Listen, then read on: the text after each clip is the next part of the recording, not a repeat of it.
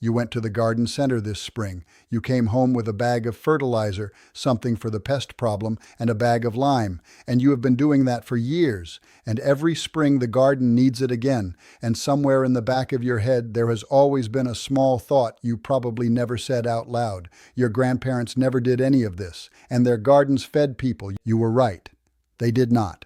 And here is the thing, nobody is going to put on a sign at the garden center. Everything you need to grow a better garden than most people in this county is already in your house. It is in the stove. It is in the kitchen trash. It is sitting in a pile of old straw by the barn, or drying leaves along the fence. The thing that worked for 200 years before the bag and the bottle showed up. I want to be plain about one thing before we start. Nobody hid this from you. There is just no money in teaching you that wood ash and coffee grounds are all your garden needs, so nobody runs a commercial for it, and a generation of gardeners grew up buying the bag and forgetting what the stove could do. That is not malice. It is just commerce. My name is Elias. I farm in Lancaster County, Pennsylvania. Today, I am going to walk you through 10 things that gardeners in this country used for generations, things that work just as well this afternoon as they did in 1943, and things that cost you somewhere between nothing and almost nothing. Stay with me for the sixth one, because it is the oldest irrigation method in North America, and it beats any drip kit on the market by every measure that matters. If this kind of plain, practical gardening is what you come here for, hit subscribe and turn on the bell. It is free, it takes 1 second, and the next video lands in front of you when you need it. Wood ash is where I would begin, because this is the one sitting right there in your stove or fireplace, and most people bag it for trash pickup without a second thought. Hardwood ash is one of the most useful things you can put on a garden bed. 100 pounds of it carries a good amount of potash and calcium that acts just like garden lime, making the ground more welcoming to plant roots and helping them take up food. A bag of garden lime at the hardware store is not cheap. A bag of potash fertilizer is not cheap either. The ash in your stove is both of those things at once, and it cost you nothing because you were burning the wood anyway. The way to use it is simple. Sift the fine white ash out of the coarser charcoal bits. Sprinkle it along the row, no more than a pound per 10 feet, and work it in shallow. More is not better here. Too much ash tips the ground too far in one direction, and the vegetables stop growing well. A light hand, once a year, is what keeps the soil right without tipping it over. My grandfather kept a galvanized bucket by the stove all winter. Every few days he would add to it, and by March he had everything the garden needed waiting for him. He never bought lime in his life. His soil was dark and loose, and the earthworms were thick as rope in it every spring. One thing to watch. Do not use ash from wood that was painted, treated, or burned from a coal fire. Hardwood ash from clean firewood is what you want. Everything else goes in a different bin. Let me say one thing and then I will not bring it up again. I put everything I know about keeping a garden, the soil, the weeds, the fixes that actually hold, into a book. It is over at eliashomestead.shop. If you want it, it is there. That is all. The second thing is the kitchen scraps you are putting in the bin every day. Not all of them, but 2 in particular that most people throw out without knowing what they are tossing away. Eggshells are calcium. Dry them, crush them fine between your palms, and work them into the soil around your tomatoes and peppers. They break down slowly and release calcium directly to the roots, which is exactly what prevents blossom end rot, that black leathery patch on the bottom of a tomato that most people blame on disease. It is almost never disease. It is almost always a calcium problem, and the fix is in your egg carton. Coffee grounds feed the soil slowly, and they improve the texture of heavy clay soil considerably. Scatter them around your acid-loving plants, blueberries, strawberries, tomatoes, and work them in lightly. Do not pile them thick because they can form a crust that sheds water. A thin layer worked in is all you need. Both eggshells and coffee grounds can go directly to the garden without composting first. The roots can use them as they are. The bag of calcium amendment at the garden center costs real money for what your kitchen produces free every week. The third thing is the one that does the most work for the least effort, and most people who do it at all do it too thin to matter. 6 inches of straw, shredded leaves, or dried grass clippings laid between every row and around every plant. Not 2 inches. 6. When the mulch is deep enough, weed seeds below it get no light and they stop germinating. The soil underneath stays cool and moist, which means you water half as often and the roots stay more even through the dry spells. And by fall, the bottom 2 inches of that mulch have already broken down into black compost that you work into the bed come spring. A bale of straw covers a lot of ground and does not cost much. The leaves from your own trees are free. Dried grass clippings from the mower are free. None of these need to be purchased. Lay it right on the soil surface between the plants, out to where the leaves end, and do not pile it against the stem. Stem rot can set in if the mulch is tight against the base of the plant. Give each stem a couple inches of breathing room and spread the rest thick. Esther put down 6 inches of straw on every bed the first week of June and did not pull a weed or water deeply again until August. That is not an exaggeration.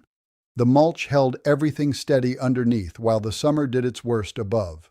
Most people put down an inch or two, which is enough to look tidy, but not enough to stop anything. Less than 6 inches and you are decorating, not farming. Before we go any further, a quick one. Tell me in the comments what state you garden in, and which of these you already do or have heard of from someone older than you. Write it down. I read every single one.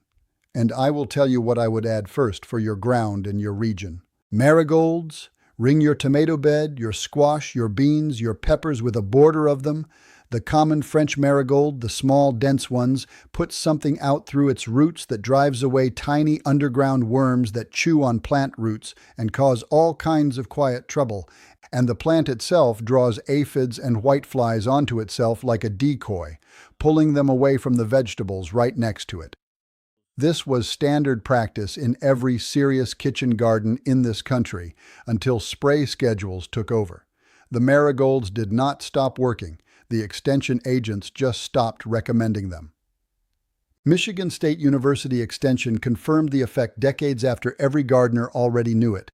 The flowers also draw in the pollinators, which means better fruit set on everything nearby. And they look fine in the garden, which the bottle of insecticide cannot offer. Plant them around the border of every vegetable bed. Let them grow to flowering. Leave them be. They do the work while you do other things. Pull the weeds along your fence line and you have the makings of the strongest liquid fertilizer you can put on a plant. It costs nothing. Here is how it works. Stuff a 5-gallon bucket half full of comfrey leaves, stinging nettles, grass clippings, or any green leafy plant material you have on hand.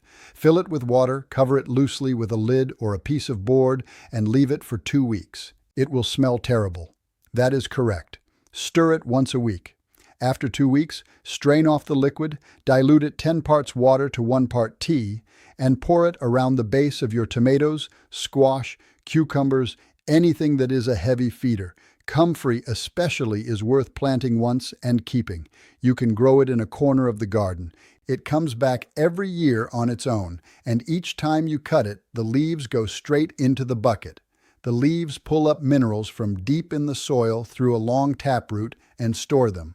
The bottled organic tomato feed at the garden center costs real money for what a nettle bucket and a comfrey plant give you free. Keep the bucket outside and away from the door. I say this from experience. The smell is not subtle. The sixth thing is the oldest irrigation method in North America, and the most efficient one I know of, and almost nobody in this country does it anymore. An olla is a clay pot with no shiny glaze inside or out, just plain rough terracotta all the way through. You bury it to the neck between your plants, fill it with water, and cap it with a flat stone or a piece of broken pot. The clay is full of tiny holes you cannot see. Water seeps through it slowly and constantly, moving out into the soil in all directions at whatever rate the surrounding soil can take it up. When the roots are dry, they pull more. When the soil is already moist, the seepage slows on its own. The plant regulates its own water supply around the pot. The Pueblo and Zuni peoples in the American Southwest were doing this 2,000 years ago. It spread through Mexico and was common practice in dry climate gardens well into the last century before pressurized water made it seem unnecessary. University of Arizona studies confirm it uses a fraction of the water that surface watering does, and less than drip lines too. A commercial drip irrigation kit for a raised bed is expensive and needs replacing every few years. A plain terracotta pot lasts a lifetime. You can also make your own by plugging the drainage hole of any unglazed pot with a cork or a bit of clay. I have what I use linked in the description if you want to find the right kind without searching every garden center for it. One pot serves 4 to 6 plants in about a 3-foot circle around it. For a 20-foot bed, 4 pots is about right. Fill them once or twice a week depending on the heat. The plants do the rest. No timer, no tubing, no fittings to replace. Just a pot in the ground. I put 4 in the squash bed 3 summers ago. Have not worried about that bed in dry weather since. After the first year, your seed bill goes to nearly zero.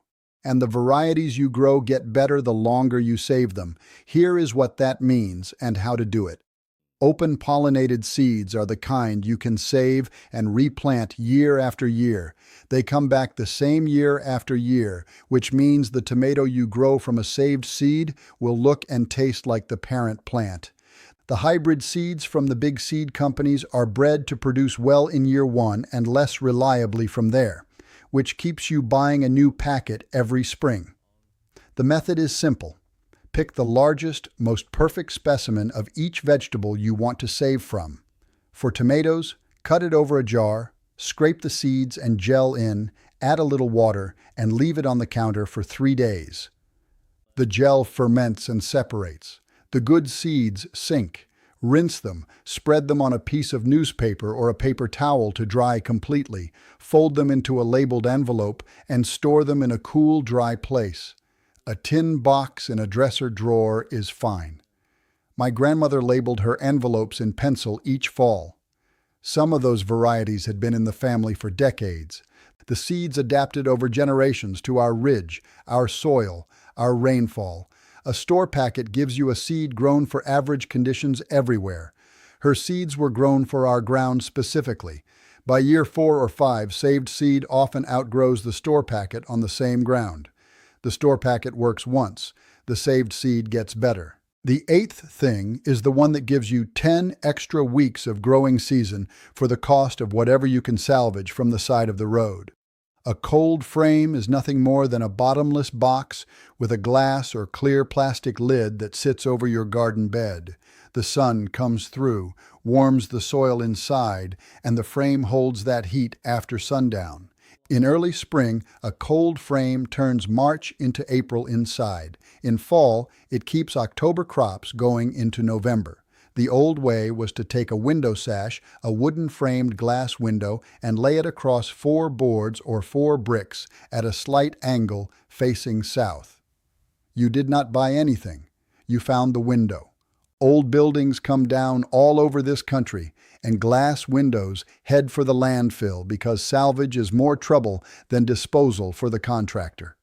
A phone call to a local demolition company or an hour at a salvage yard is often all it takes to come home with 4 windows that will serve as cold frames for the next 20 years. A modern polycarbonate cold frame kit costs more than it should. A scavenged window on 4 bricks costs nothing. Cornell Extension and most cold climate university programs confirm that a well-placed cold frame extends the growing season by 8 to 10 weeks on each end of the season combined. For gardeners in zone 5 or 6, that is the difference between 2 months of fresh greens and 5. The only thing to watch is ventilation on warm days. A cold frame in direct April sun can overheat quickly. Prop the window open an inch or 2 when the sun is strong and close it before sunset. In October, after the last of the summer crops come out, there is one more thing worth doing before the ground freezes. It takes 10 minutes and it puts back everything the season took out. After you pull the last of the summer crops, sow winter rye or red clover over the empty beds. Scatter the seed by hand across the soil like you are throwing crumbs to birds. Water it once and let it grow. Rye holds the soil against winter wind and rain. Clover does something better. It pulls nitrogen directly from the air through bacteria living in its roots and puts that nitrogen into the soil. By spring, you have a bed that has been quietly feeding itself all winter long for the cost of a small packet of seed. Come March, dig it all under before it sets seed. It breaks down fast in the warming soil, adding both bulk and that stored nitrogen right where the roots of your spring crops will need it. A bag of synthetic nitrogen fertilizer is not cheap and needs to be bought again every spring. The seed packet for clover costs very little, and the clover does the rest while you are warm inside. My grandfather seeded his beds every October without fail. He said the ground was paying him back for what he had taken from it all summer. The 10th thing is the oldest companion planting system in North America, and almost nobody does it anymore. Corn in the middle, tall and upright, pole beans climbing the corn stalks, pulling nitrogen from the air and putting it in the soil as they grow. Winter squash, sprawling low around the outside, shading the ground with broad leaves that keep the soil cool, hold the moisture, and make the ground underneath uninviting to raccoons who dislike the prickly texture of the leaves. 3 crops in one space. The corn feeds the beans a structure to climb. The beans feed the soil that feeds the corn. The squash mulches the ground for all of them. Each plant gives something to the others, and the whole arrangement needs almost nothing from you except water. It goes back 1,000 years in North America. The USDA had it in their bulletins in the 1920s. By the 1960s, it had quietly dropped out of most home garden guides because it does not require buying anything. It works in a patch as small as 3 by 3 feet. A hill is just a small mound of soil about a foot across, raised 2 or 3 inches above the surrounding ground. 1 hill of corn in the center, 3 or 4 pole bean seeds around the base once the corn is 4 inches tall, and 1 or 2 squash plants around the outside. That is the whole instruction. The corn stands up, the beans climb, the squash covers the ground. 3 crops asking almost nothing, feeding each other, feeding you. There is no money in teaching you this. The seed catalog sells corn, beans, and squash separately. It just stopped being printed and a generation forgot the diagram existed. Tell me in the comments what state you garden in, and which of these 10 you are going to try this season or next, and which one your grandparents or great-grandparents used. Write it down specifically. I read every single one, and I will tell you exactly what I would look at first for your ground and your growing season. Here is what all 10 of these have in common. Not one of them costs more than a few dollars, and most of them cost nothing at all. The wood ash is already in your stove. The eggshells are in your kitchen. The nettle is along the fence. The salvage window is at the side of someone's house waiting to go to the landfill. The seeds are on the ripest tomato in your garden right now.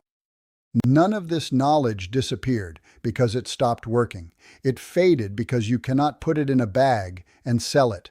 The garden center cannot sell you what you already have, so they sell you the substitute, and the substitute works well enough that most people never go back to check whether the original was still there. It was. It still is. It is sitting in your stove and your trash can and your fence line, and it has been waiting for you to remember it. If this was useful to you, hit the like button. It helps this channel reach more gardeners who are spending money they do not need to spend. Share it with someone whose garden is struggling this season. If you are not subscribed yet, do that now and turn on the bell.